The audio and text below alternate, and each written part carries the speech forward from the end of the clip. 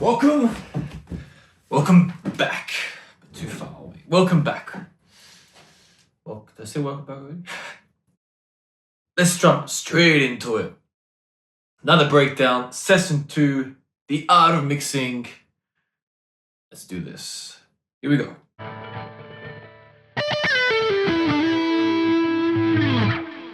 So we've established using effects, okay? We've talked about a range of different things, how to use multiple effects together,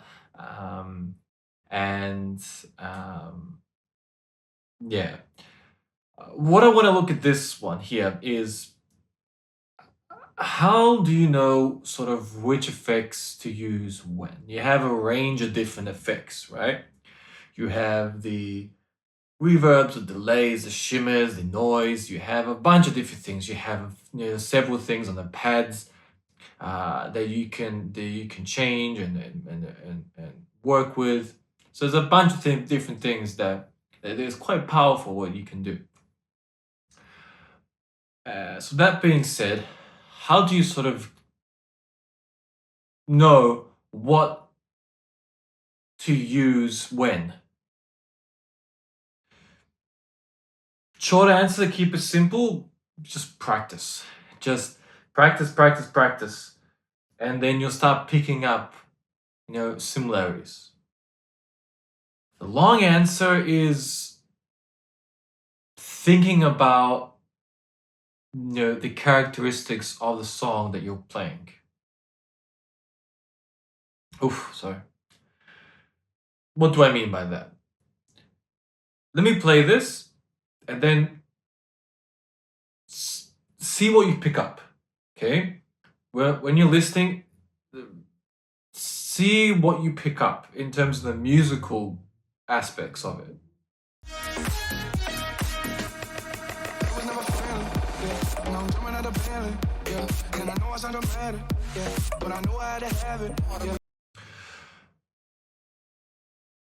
The thing I notice, and it's for me prominent, is the snare and the characteristic of that snare. The fact that it's not clear, it's very washy. There's a lot of white noise in there, and it's very sort of sounding.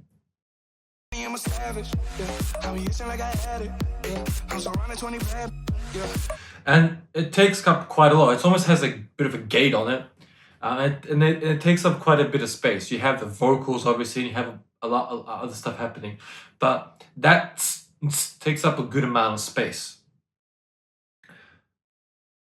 So, and I'm not a huge fan of that sound.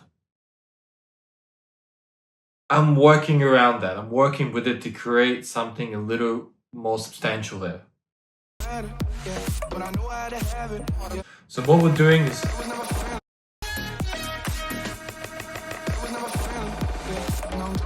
we're creating these super long tails, adding in delays, adding 2-3 different effects together to create a bit of something extra to prolong it out a little bit. Now I'm here, I'm changing tempo, checking the song, want to make sure that it's with the next one.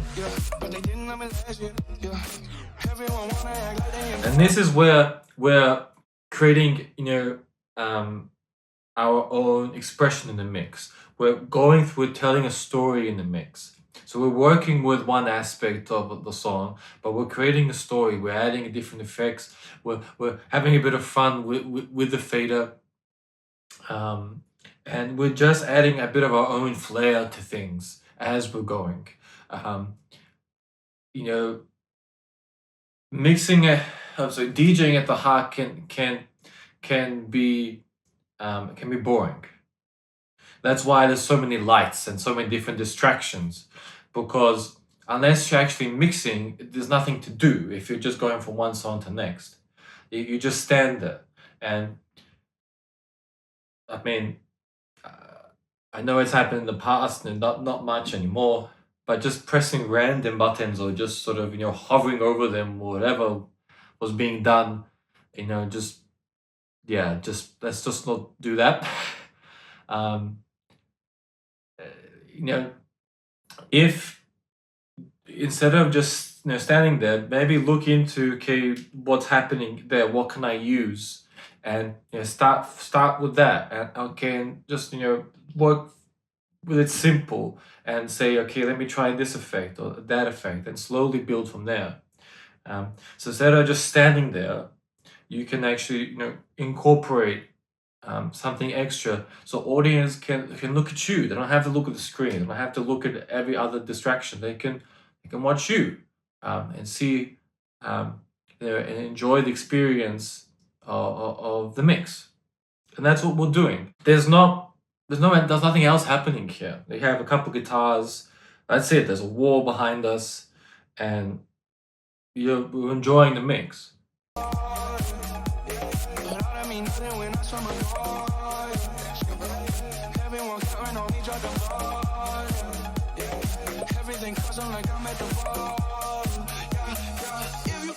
So here you can increase the volume if you need to, so you can hear it in your headphones a bit better.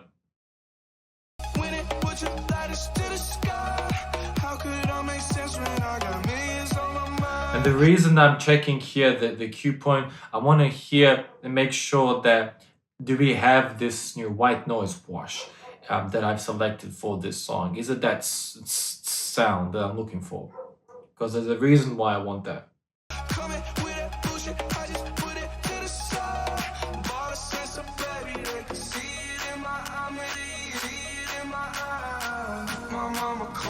And then again, we're taking this aspect of playing with the music. We're listening to the lyrics, and then we're saying, okay, we can use that. So instead of going we're reversing it, playing with the vocal.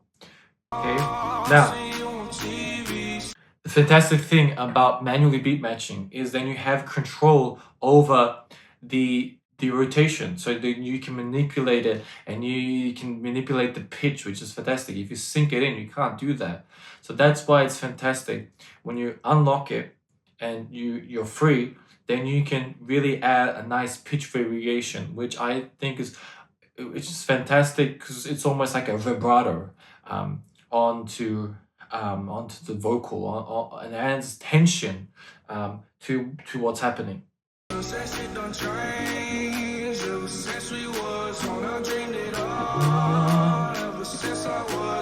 then with that, you can add additional effects onto that. So that's what we're doing here.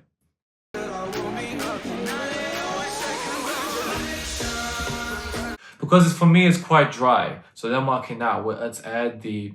Let's add a bit of flair to it. Let's add this. Let's add that, and that creates a different texture behind things.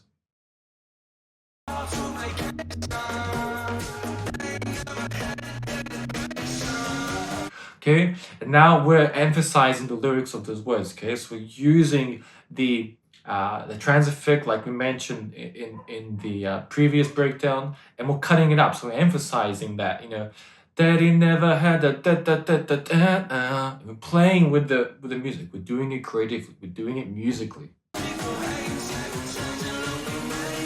Adding in more effects, and then we're switching over. And I know that now, because I meticulously listened to the cue point a few times, I know what I'm getting into, but you have that sound I'm looking for. And the great thing about this next one that comes in is we have a bar that's coming in. It's not just straight into it. It gives us a bit of space.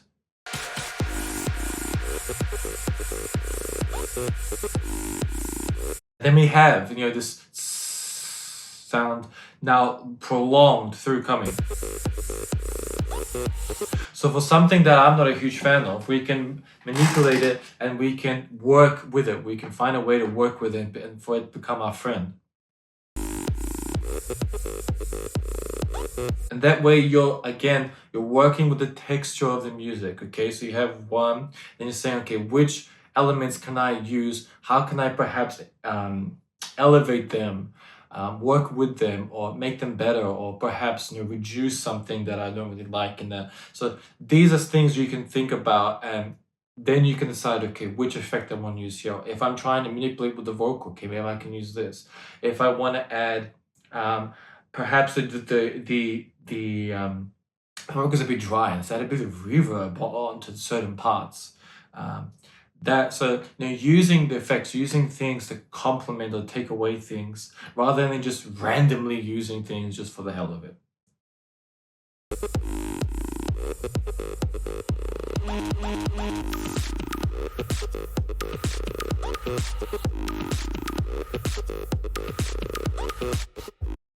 So what's my decision to go with the double there and do the fade? Because if you listen to it, I'm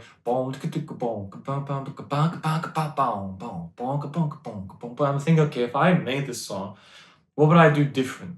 Okay, how would I do it my way? Okay, I would have probably added a few things in between, because it's quite just straight line. It's just melody coming through and it's just a white noise tail, so not much else happening.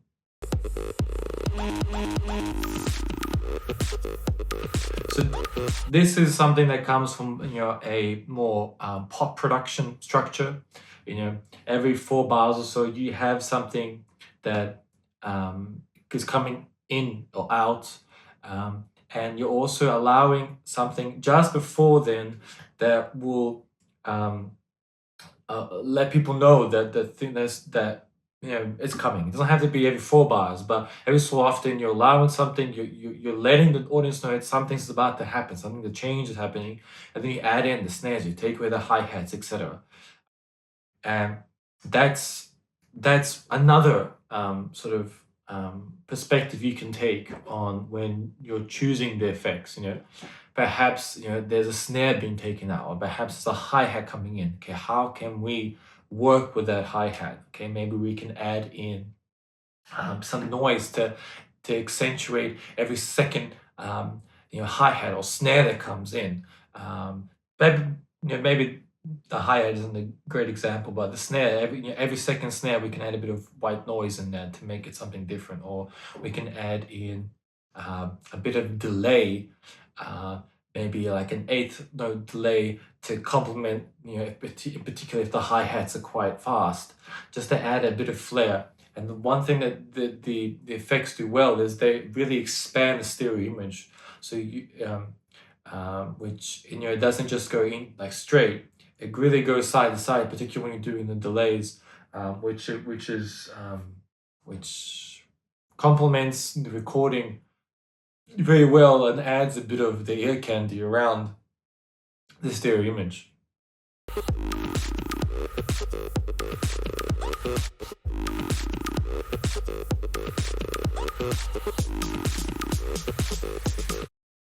Cool. One last thing. So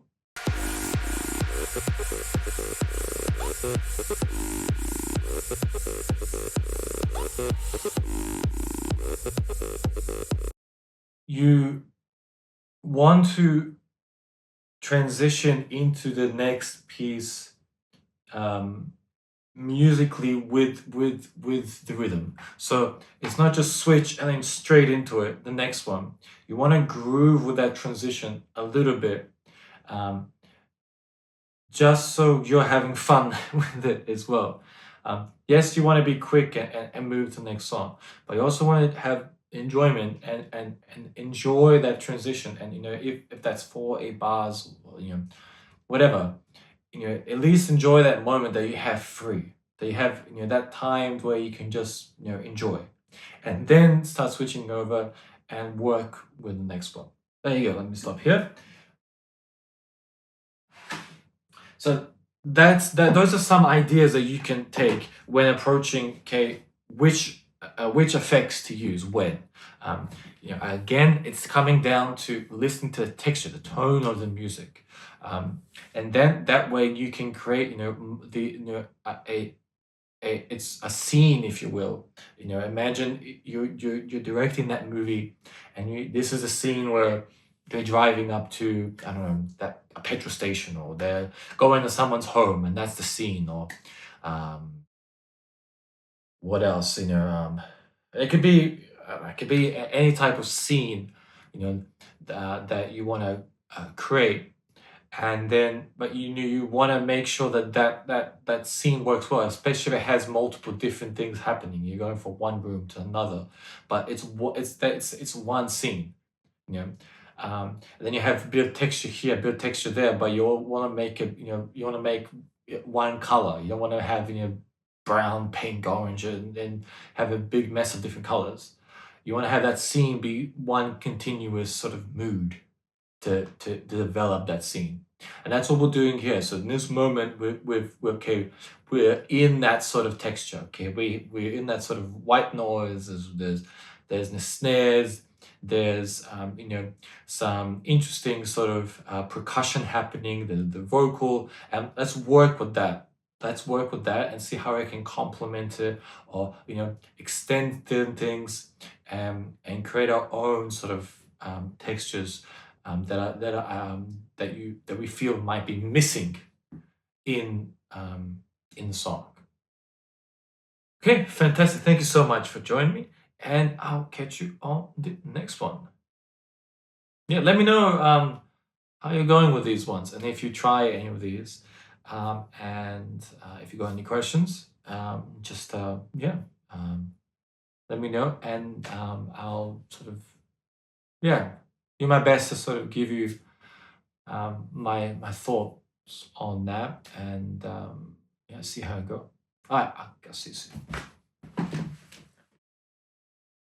Before I forget, I mean, not the song. What am I doing again? Oh, yeah. Cool. Oh, yep. We want to make sure. Okay, cool. We'll make sure the frame rate. Okay, cool. Okay, now we're good. Now we are good to go. We are good to go. Wow, all right. I'm so editing this part out.